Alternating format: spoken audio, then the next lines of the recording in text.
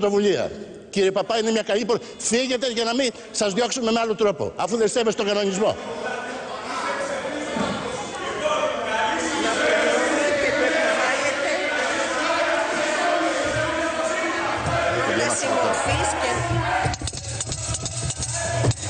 Μορφή για την κοινοβουλευτική συμπεριφορά και έξω από την αίθουσα. Εδώ είμαστε τώρα.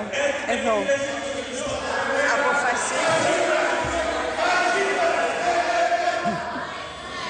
Επιβάλλεται ποινή, μορφή.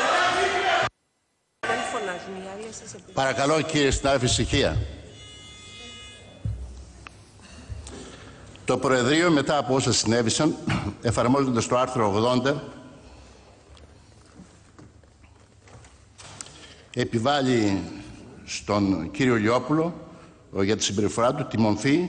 Καταρχήν τον καλέσαμε να σταματήσει να μιλάει. Συνεχεία, εφαρμόζοντας τον κανονισμό της βολής, του επιβάλλουμε τη μορφή και την αποβολή από την αίθουσα.